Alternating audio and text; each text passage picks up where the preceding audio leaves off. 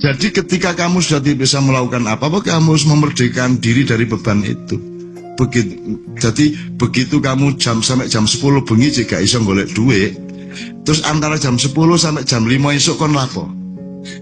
Harus merdeka. Harus merdeka, ojo dipikir meneh. Gitu loh, ojo. Saya itu dikasih rahmat Allah berupa apa? Kabeh wong biyen konek kali dari seniman, penyanyi, pemain drama, begitu munggah panggung lah demam panggung ngerti. Gupuh, nervous, gitu kan? Nek ono opo-opo wis pokoke ada nervous. Aku gak tau nervous. Ngantuk. Iya, ngantuk aku. Pokoknya begitu ngenteni iki kok giliranku jam sakmene, jaman biyen ya jaman ngono aku langsung turun ndek kursi. Kok digugacak wis meh wayahe ya. Berangkat aku. Jadi gak kok nervous aku. Saiki misalnya gelut musuh bojo, ngene wangele ngantuk aku wis. Ngantuk langsung turu aku. Jadi tidur itu rahmat luar biasa. Ngantuk itu masya Allah luar biasa nikmatnya. Duwe problem sakno gedene gak iso menyelesaikan, jalan keluar ya apa rek?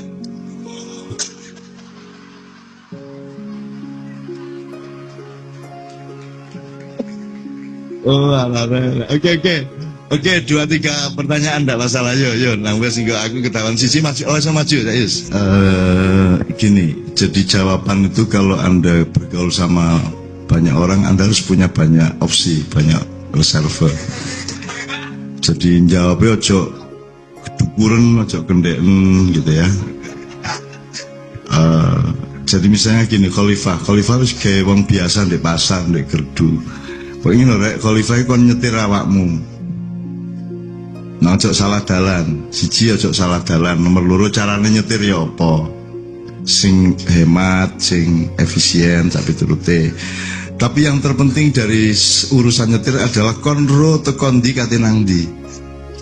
Itu Khalifah mek ngono iku tok nek gawe wong awam ngono iku. Tekon nah saiki agak diunggahno didik. Wong urip iku tekon ndi nang ndi? Kalimatnya dalam Islam jelas toh, inna lillahi wa inna ilaihi rajiun. Nah, rajiun itu kan lu dari menturo kembali ke menturo itu ya apa carane? Apa tutup Jombang terus balik ngono? Apa kan Anda tidak pernah balik, Anda kan terus tidak pernah balik, selalu terus. Maka gambarnya harus bulat, betul enggak? Jadi kudu gini setutuk gini meneh. Maka pola utama dari ciptaan Allah adalah bulatan, yang kalau diserpih-serpihkan menjadi lingkaran. Tuh. Maka Semar itu ini kalau karena sudah ngomong Ponokawan ya, Semar itu adalah praksis dari lingkaran. Itu ciptaan Sunan Kalijogo, gagasan simbolisme Sunan Kalijogo. Kok Semar itu lingkaran, duduk wetenge bunder, duduk pokoknya bunder. Semar itu dia ada di satu titik, tapi dia di dua titik, tapi dua titik itu menyatu karena Semar. Jadi Semar itu di satu pihak dia adalah wong biasa lurah Karang Kedempel, ya tak? Tapi di saat yang sama dia adalah dewa yang senior, di atas Betara Guru, di atas semua itu semua simbolisme ya. Jadi kalau Anda berpikirnya material, Anda berpikirnya feodal, Anda berpikirnya struktural, maka kan ini wong cilik ndek nisor, terus mari ngono raja ndukur dhewe, ngono ta? Nah, dewa ndukure meneh lak ngono. Lah padahal Semar iki ya iki. Ya titik teratas dan titik terbawah. Jadi ada materi yang padat, terus ada yang agak lebih menuju rohani, yang cair, ada lebih lagi gas ya. Gas kan agak lebih dinamis ya. Iki aku njaluk awakmu aktif berasosiasi. Saiki aku takon nul. Bumi iki meneng tak bergerak. bumi iki sing kon urip ndek kene iki. Meneng tak bergerak. Bergerak melingkar, betul. Dia melingkar pada porosnya maupun melingkari matahari, betul tak? Bersama matahari dia juga berputar dengan skala yang lebih luas lagi. Jadi bulan itu punya 4 gerakan sekaligus yang orang tidak mungkin bisa menirukannya. Padahal ketok meneng niku, ketok raine situ iku tok. Gak tahu kok bulan ketok raine siji ta gak. Mesti ana buta iku. Gitu. Oke. Saya hanya ingin mengatakan hidup ini, kalau istilah poetika saya ya mengalir dan bergetar atau getaran yang mengalir. Jadi kalau Anda berpikirnya material, kalau Anda menyembah berhala, maka Anda tidak bisa mengalami dan tidak bisa mencapai apa yang dicapai oleh sesuatu yang bergetar dan mengalir atau aliran yang bergetar. Nah, menungso itu adalah pemimpin dari getaran dan aliran itu. Kira tuh, puisi titik ya apa ya? Jadi pokoknya ilingo nek kon ngalami apa sik ta? Iki mengalir terus iki, gak mandek iki. Ya. Paing, ya ancane nek mandek ndek paing ya kon gak rabi-rabi kon. Wis ta terus engko tak kandhani dalane terus engko ngene. Nek kon mandek ndek paing wis dilang-dilang ngelamar paing meneh, ngelamar gak cocok meneh, pagi meneh, legi yo gak cocok, pagi gak cocok, pon gak cocok. Gak rabi-rabi ngono ya. Nek kon mandek di konteks paing tanpa dikembangkan dengan ijtihad dan pemikiran baru mengenai apa sih paing itu, apa sih primbon, apa sih metodologi Jawa itu, maka kamu juga akan tidak pernah mencapai apa-apa. Maka selalu mengalami apapun ilingo nek urip iki mili rek, urip iki mili. Dadi kon ojo mandek sedih. Waduh ngene, nek kon begitu menderita untuk sesuatu hal, berarti kamu sedang bersikap materi. Mulane wis percaya mlaku terus. Wa idza faraqta ansok mlaku terus, kerjakno terus. Karena hidup ini mengalir. Kon gak milih, uripe sing milih. Jadi kon ketinggalan mesti. Mulane milih terus. Itu. Oke. Berarti bumi dan yang kelihatannya jasad itu mengalir. Sekarang aku takon sambil konfirmasi ke Pak Muzamil. Ayat yang sering Anda baca di akhir acara adalah innama amruhu idza arada syai'an ayyaqula lahu kun fayakun. Aku saiki takon, nek kon maca ndek terjemahane iku apa artine? Kun fayakun itu diterjemahkan apa? Jadilah maka jadi maka. Pak Muzamil, ini bener nggak ini kira-kira menurut sampean? Bener salahnya Allah yang tahu persisnya. Tapi menurut sampean bener nggak ini? Jadi perintah ya, maka jadilah. Bener nggak itu menurut nahwu sorob dari kun fayakun? Kun kalau arti aslinya adalah kamu. Fayakun maka sesuatu itu menjadi ada. Bener? Ya. Iki belajar kitab kuning suwe lagi. Kalau madhinya apa madhi? Fi'il madhinya Kana yakun. Kana kun fakana. Jadi maka jadilah. Jadilah kan sudah jadi berarti. Jadilah berarti wis dadi. Bahasa Arabnya kana. Kun fakana. Ini ndak. Kun fayakun. Yakun ini selesai apa terus, Pak? Karena fi'il mudhari tidak selesai terus. Tidak selesai. Kenapa diterjemahkan jadilah?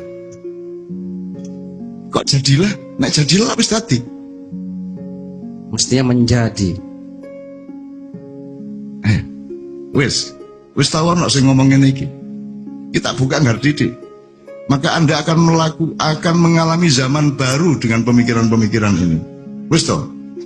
Akan lahir zaman baru yang pengawalnya adalah Anda, khalifahnya adalah Anda, imamnya Allah Subhanahu wa taala. Ya. Jadi yakun, bukan kana, yakun, bukan jadilah. Jadi kata Allah, maka berlangsunglah, gitu. Maka menjadilah. Cocoknya bahasa Indonesia berlangsunglah. Berlangsung, dia terus sampai hari ini. Upamanya Allah mengatakan aku menciptakan alam semesta 6 hari, mungkin dino iki hari ke-6. Surup-surup itu Lulu lagi.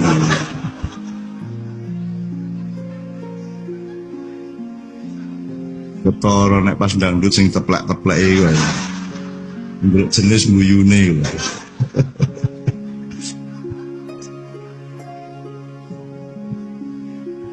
Maka berlangsunglah fayakun. Jadi bukan alam sudah jadi terus kita huni, bukan. Fayakun itu ya sampai saiki iki tetap fayakun, betul enggak Pak Muzani? Betul, karena fi'il mudhari. Mudhari kok. Makanya sama dengan keluarga sakinah itu, litas kunu fiha ilaiha. Nah kata ilah ini membuat sakinah itu diperjuangkan terus menerus, nggak pernah berhenti. Mari sakinah awan, bengi gak sakinah. Kadang-kadang bengi sakinah, awan gak sakinah.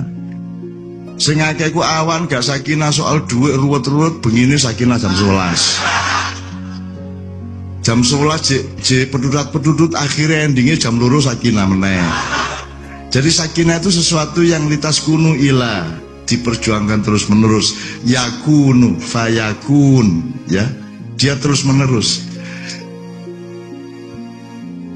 Jadi sekarang ini bisa hari pertama, bisa hari kedua, bisa hari ketiga, bisa hari ke-6, kan itu Pak Muzani? Bisa. Ya. Kita tidak tahu dan harus tidak tahu. Ojo roh kan, mesti enak gak roh tadi. Ada hal-hal dalam hidup yang sebaiknya kamu tahu, ada hal-hal dalam hidup yang sebaiknya kamu tidak usah tahu supaya kamu ingin tahu terus, dan ingin tahu itu kehidupan yang paling perlu gairah. Nah wes seru wes, gak enak. Sing enak iku nek kata wis seru tapi kok ngene ya. Sik. Lho, ngene. Jadi selalu tidak tahu, ingin tahu selalu. Ngono iku urip. Makanya hidup itu mengalir dan bergetar. Ya. Jadi menjalankan kekhalifahan itu dengan prinsip bahwa Anda itu milih terus. Sing penting totok Gusti Allah meneh.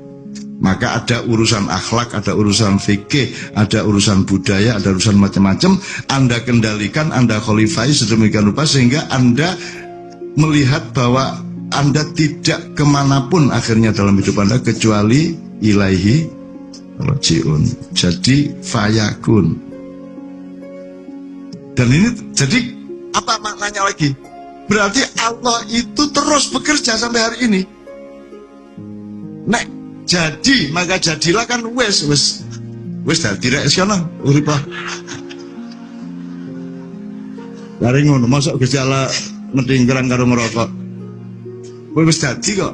Cari sapa wes dadi? Sedang berlangsung. Dan Allah menjadi pekerja utama dari segala sesuatu yang berlangsung, sehingga kamu jangan merasa hidup sendirian, kamu bersama Dia. Malana maulan siwallah kullama nadaita yahu qala ya abdi anallah. Kapan awak menyeluk ya Allah ya Gusti, iya rek aku ndek kene tenang ae kon. Kon kula aku nangis gak eling aku kon. Aku ngancani kon. Iya ya tak bayar, tak tolong tak bayar no utangmu kok, tapi sabar sik ta. Kon kate nganut aku tak aku sing nganut kon. Lek digentak ngono karo Gusti Allah kapok kon. Nek kon ngoyak gak sabar wis ya kon ae Gusti Allah wis. Ya apa kon ayo. Kon sing tanggung jawab sembarang. Modar kon. Nah, jadi Anda sebagai khalifah Anda tidak sendirian karena ada imamnya ya Pak Muzamil. Dan seluruh proses di Indonesia ini ono imamnya, dan itu yang tidak dihitung oleh mereka. Mereka jadi khalifah pun tidak, menyadari imam pun tidak. Maka jadinya kehancuran-kehancuran, dilema yang terus menerus. Kehancuran yang ditutup-tutupi seolah-olah kesuksesan, gitu kan? Kegelapan yang dicat-cat seolah-olah itu cahaya, kan gitu yang berlangsung sekarang. Talbis. Jadi jelas itu khalifahannya. Fayakun. Jadi meloo perahu gede sing jenenge fayakun, yakun gitu. Apa fi'il mudhari. Present continuous tense, betul ya? Ya? Understand? Kono biang guyu. Ini aku takon niku. Aku mau bahasa Inggris ini kok buntu.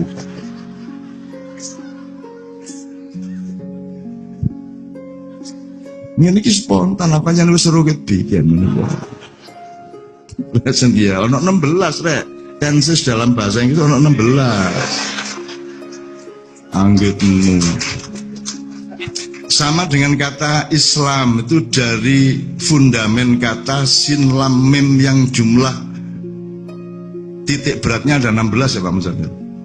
Salam, ada saluma, ada salama, ada salima, ada salama, ada salima, ada saluma, ada yang tasdid, ada yang tidak. Pokoknya 16 kabeh.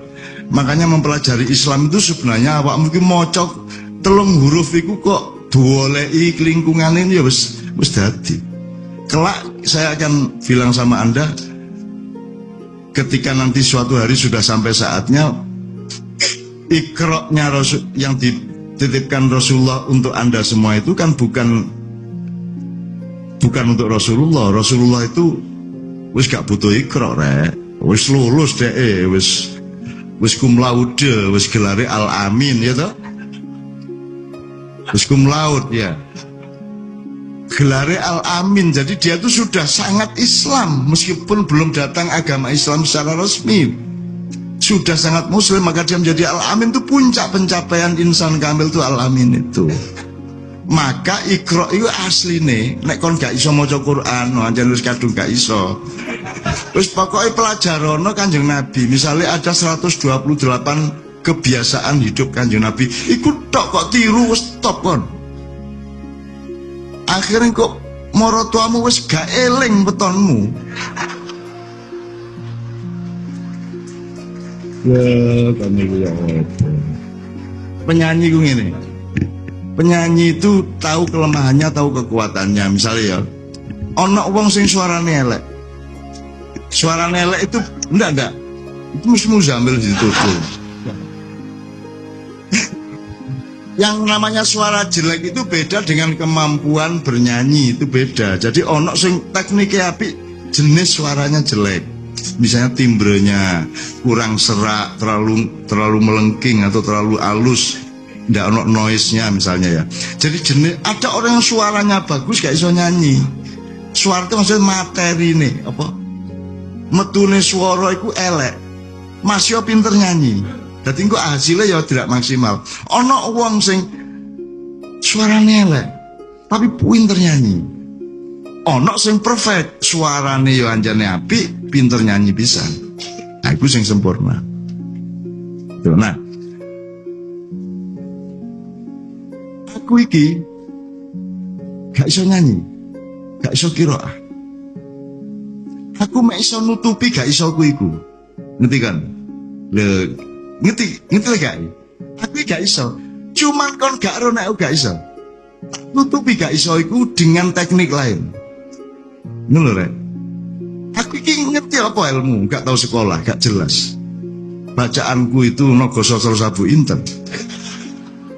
Pas SD kelas 1 loro aku nek dina Minggu dolen nang Pasar Sumambito, aku tuku komik pertama jenenge Angling Darmo Badik Madrim. Tuku nek Pasar Sumambito lho, idek stasiun, buri stasiun lho, idek rel lho. Ono guruku SD jenenge Pak Sis. Dulu cakmi barang, aku tuku ndek kono Angling Darmo. Roh apa aku? Aku gak roh, cuman tak tutupi gak rohku sehingga kon ngarani aku roh. Terus Gusti Allah gak teko karo aku, alah sarno iki nek konangan, mulai tak kei roh didik-didik. Ngono. Dadi pas nutupi dikei ngono rek aku rek. Lu jane mek ngono iku tok. Itu sama dengan ekonomi kita. Nek diturut-turuti jane yo gak cukup duit iki. Tapi begitu rodok kate darurat dikei meneh lah ngono. Masih mek icil-icil tapi lak bendino ono ah ya. Lah ngono ekonomimu. Ya tak ya? Jane nek didelok ya jane ya gak cukup iki gak rasional. Cuman gak sampai kejelungup kan. Ya toh? Gak sampai kejelungup. Engko begitu iki ono meneh didik, ono meneh dadi pokoke gak tau sak temenan gak tau. Ya ono ae lah mbuh sak tetes-tetes tetep ono. Begitulah Allah menyayangi hamba-hambanya. Dan nganuto lah. Nganuto karo Gusti Allah wong ilahi rajiun kok. Itu ya Dik ya. Bahwa koncomu gak gelem ketemu aku itu bagus. Apik. Dan aku iku jane yang ngono iku. Jane aja sampai ketemu wong sing kagum karo aku. Sebab mesti kecewa. Kon salah kon nek kagum karo aku. Terus ojo mandek ndek aku. Karena yang kamu kagumi itu bukan aku. Yang kamu kagumi adalah sesuatu yang ditransformasi melalui aku. Ya tak? Sing liwat aku duduk aku nih. Salah kon. Apa meneh kok kon mergo duwe fotoku jaman nom-nom ganteng gandut kaca. Jagala bilawa brengosen ya toh. Brengose ireng. Lho nek aku berpikir material, nek Mbak Via berpikir material, kari tak tarik apa? Sekarang teknologi sangat mudah kok, iki ditarik di nomor iso. Tapi haram hukumnya untukku sendiri. Poteh. Kali apa kan? Ngono. Selamat ya arek-arek iku nek ngelokno aku tuwek iku sopan. Nek perlu to gak sopan rete. Udah tua lu ya. Wah, nek ngomong ngono tak langsung. Selamat arek-arek iku sopan. Isu-isu mulai maia nang bandara jam 5 wis ndek Juanda, jam 5 wis ndek Cengkareng. Cek pegel gurung atus, gurung opo. Terus longgo ndek tempat ruang tunggu terus ana arek teko lho, Cak Nun. Iya, Mas. Mpun tekuek sampean.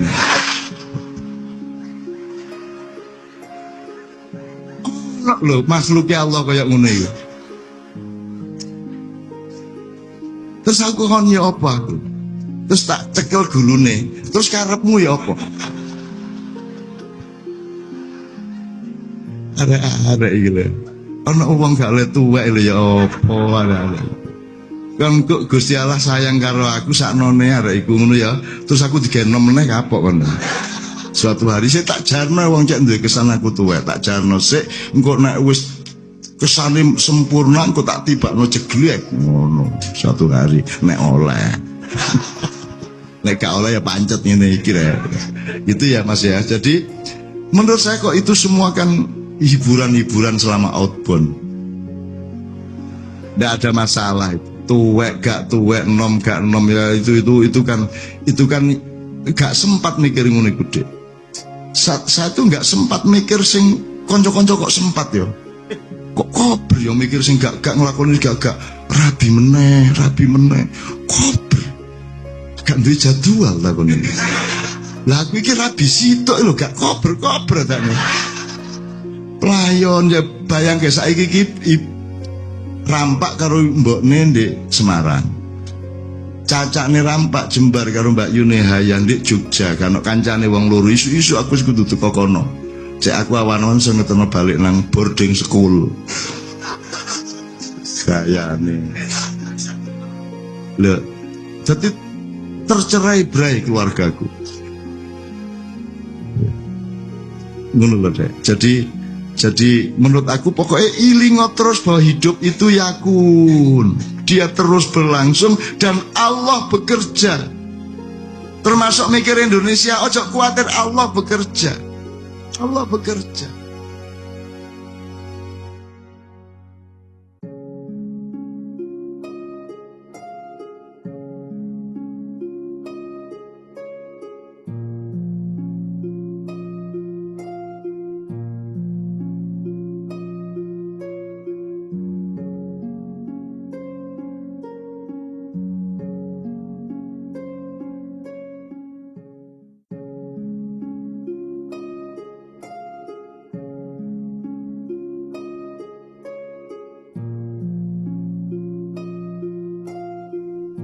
Assalamualaikum warahmatullahi wabarakatuh. Yakinlah dengan keadaanmu, Allah pasti ada, kun fayakun. Kalau kita memilih hidup dengan ilmu, tetapi menolak iman, kalau kita menempuh perjalanan peradaban dengan narasi-narasi tetapi tanpa firman, bagaimana menyusun regulasi pemahaman untuk menjalani hidup bersisihan dengan semut? Melalui penelitian ilmiah, kita mungkin pasti kagum kepada formasi dan sistem sosial masyarakat semut. yang jauh lebih valid, solid, dan tertata serta terkelola dibanding apa yang bisa dilakukan oleh komunitas manusia. Tetapi bagaimana ilmu kita akan mengakui bahwa semut adalah subjek juga sebagaimana manusia? Bahwa masyarakat semut adalah pelaku-pelaku yang sadar di dalam menyusun sistem sosialnya. Hingga apabila mereka sampai di lembah, semut berkatalah seekor semut, "Hai semut-semut, masuklah ke dalam sarang-sarangmu, agar kamu tidak diinjak oleh Sulaiman dan tentaranya." Sedangkan mereka tidak menyadari. Kemudian maka dia tersenyum dengan tertawa karena mendengar perkataan semut tersebut. Dan dia berdoa, "Ya Tuhanku, berilah aku ilham untuk tetap mensyukuri nikmat-Mu yang telah Engkau anugerahkan kepadaku." Bagaimana mungkin kita melegitimasi secara ilmiah kebenaran tentang silaturahmi semut di ayat tersebut?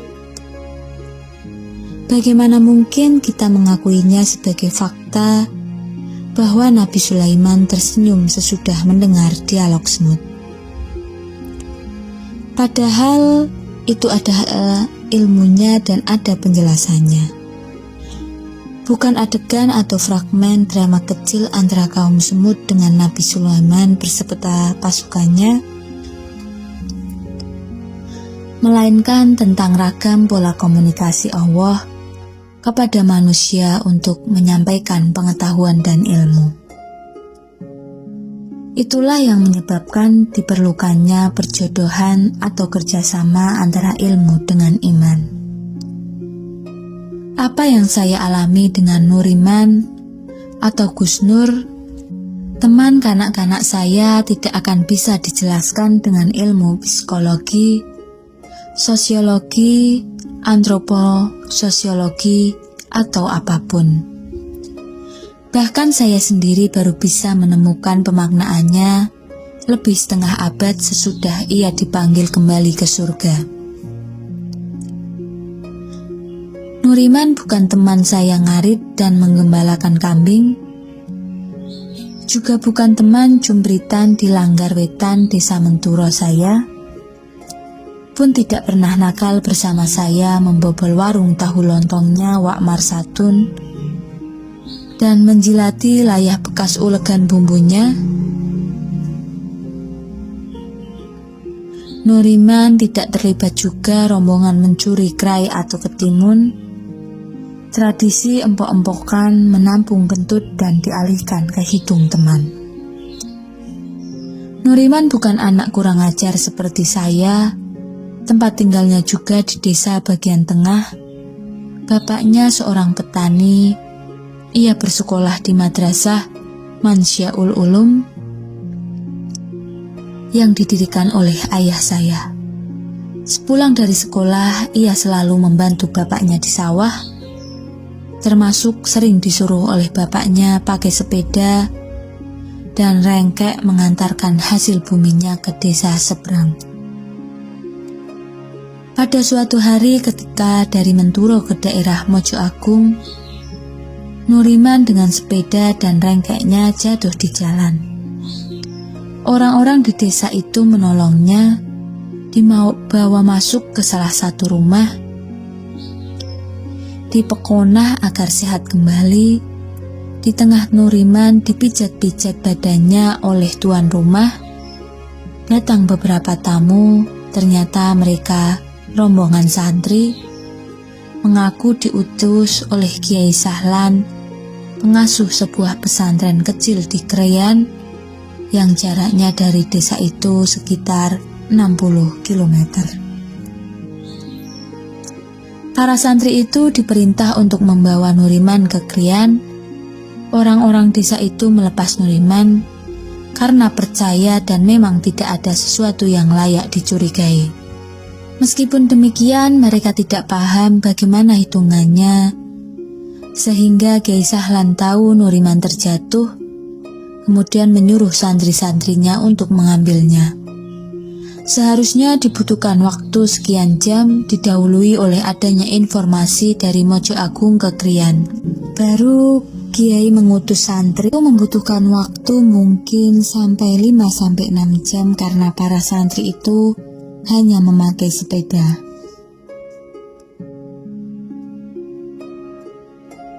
Tetapi orang desa tidak mudah kagum atau heran. Mereka terbiasa mengalami hal-hal yang tidak semua harus dihadapi dengan rasionalitas dan perhitungan akal. Hidup mereka sendiri tidak masuk akal, jadi Nuriman dilepaskan saja dengan sangka baik dan rasa syukur. Walhasil Nuriman di Krian sekitar seminggu, kemudian tiba-tiba para santri mengantarkannya kembali ke desa saya. Tidak ke rumah keluarganya Nuriman, melainkan ke rumah ayah dan ibu saya. Kiai Sahlan berpesan agar ibu dan ayah saya menampung dan menghidupi Nuriman dan memfasilitasi tugas-tugasnya. Ternyata kemudian kami semua pelan-pelan menjadi tahu bahwa Nuriman yang ini bukan Nuriman yang selama ini dikenal di Menturo. Wajah dan jasadnya tetap, tetapi pengetahuan dan kemampuannya sangat tidak masuk akal. Ia hafal Al-Quran, pembicaraannya seperti orang dewasa yang sudah berpengalaman. Bahkan ia mengetahui banyak hal yang tidak wajar untuk diketahui oleh kebanyakan orang. Ia tahu anaknya Pak Anu akan meninggal dunia 2 bulan lagi. Ia mendatangi Pak Lurah dan memprotes kenapa bantuan desa dibelikan sapi yang tidak untuk keperluan rakyat. Ia tahu banyak kebaikan dan keburukan di masyarakat Menturo. Pada saat sholat Isya, Nuriman meminta izin kepada ayah saya untuk mengimami sholat. Sesudah sholat ia berceramah, bicara panjang lebar, yang kami semua tidak bisa mengidentifikasi dari mana Nuriman tahu begitu banyak hal, hafal ayat-ayat Al-Quran, berkemampuan pidato yang melebihi siapapun yang selama ini kami kenal. Seingat saya, itulah momentum saya merasakan sayup-sayup kebenaran yang mendekam jauh di lubuk akal saya tentang yang dimaksud oleh firman Allah Subhanahu wa Ta'ala. Sesungguhnya keadaannya apabila dia menghendaki sesuatu, hanyalah berkata kepadanya, jadilah, maka terjadilah ia. Sebagai mukmin, kita meyakini bahwa Allah itu Maha Kuasa. Kita juga yakin bahwa tidak ada tempat untuk melarikan diri dan menyelamatkan diri kecuali hanya kepada Allah. Allah SWT berfirman, sesungguhnya orang-orang yang berkata, Tuhan kami adalah Allah, kemudian tetap dalam pendiriannya, akan turun malaikat-malaikat kepada mereka seraya berkata, janganlah kamu takut dan bersedih hati, serta bergembiralah dengan memperoleh surga yang telah dijanjikan kepadamu. Kamilah pelindung-pelindungmu dalam kehidupan dunia dan akhirat. Di dalamnya surga kamu akan memperoleh apa yang kamu sukai dan apa yang kamu minta. Lari ke Allah, Allah dulu, Allah lagi, dan yakinlah dengan Allah. Karena Allah tempatlah bergantung. Dalam menjalani hidup ini pasti ada beragam tantangan dan ujian. Flashback pada pengalaman sendiri, saat kebingungan dan keterpurukan serta segala rasa bercampur aduk, ada satu keyakinan, yakin terhadap Allah Subhanahu wa Ta'ala sebagai pencipta, pemelihara, penjaga kelangsungan hidup, serta pemberi rizki dan solusi dalam setiap persoalan. Keyakinan yang akhirnya membuat semua persoalan yang saya hadapi secara pelan dan pasti terselesaikan dengan caranya, cara yang Masya Allah, menjadi takdir yang indah. Mengapa kita harus lari ke Allah? Allah dulu, Allah terus, dan yakin dengan Allah. Karena Allah berfirman, dan mereka menjawab, cukuplah Allah menjadi penolong kami, dan Allah adalah sebaik-baik pelindung. Quran Surat Ali Imran ayat 172. Katakanlah Muhammad, dialah Allah yang Maha Esa, Allah tempat meminta segala sesuatu. Quran Surat Al-Ikhlas ayat 1 dan 2. Allah tempat meminta segalanya dan Allah adalah sebaik-baiknya pelindung. Hanya kepada Allah kita berharap dan bergantung. Saat kita bergantung hanya kepada Allah, tidak ada lagi yang perlu kita risaukan dalam hidup ini. Sebab kita yakin Allah selalu bersama kita. Innallaha ma'ana. Saat kita lari ke Allah, berarti kita sudah berserah diri kepadanya. Tentu juga harus dibarengi dengan melakukan ikhtiar yang maksimal. Aku sudah pernah merasakan semua kepahitan dalam hidup, dan yang paling pahit ialah berharap kepada manusia. Ali bin Abi Thalib. Saat berharap kepada manusia, pastinya manusia memiliki keterbatasan dan kekurangan. Tetapi tidak demikian saat berharap dan bergantung pada Allah. Allah akan memberikan jalan keluar terbaik dalam setiap persoalan yang kita hadapi. Bahkan terkadang dengan jalan yang menurut pikiran kita sangat tidak mungkin. Satu hal yang penting untuk diingat bahwa Allah tidak akan memberikan ujian di luar kemampuan hamba-Nya. Maka mintalah jalan keluar kepada yang memiliki segalanya. Maka berdoalah dalam hal apapun, bergantunglah hanya kepada Allah Subhanahu wa Ta'ala dengan memfokuskan setiap hal dalam hidup kita sebagai bentuk penghambaan kepadanya. Tidak hanya saat memperoleh kesusahan saja, saat memperoleh kenikmatan pun juga selayaknya harus Allah dulu, Allah lagi, dan Allah terus. Pokoknya harus yakin kepada Allah. Setiap apa yang kita lakukan, insya Allah, Allah bernilai ibadah di hadapan Allah Subhanahu wa Ta'ala. Dengan demikian, kita selalu dekat dengan Allah dan senantiasa tenang menjalani kehidupan ini.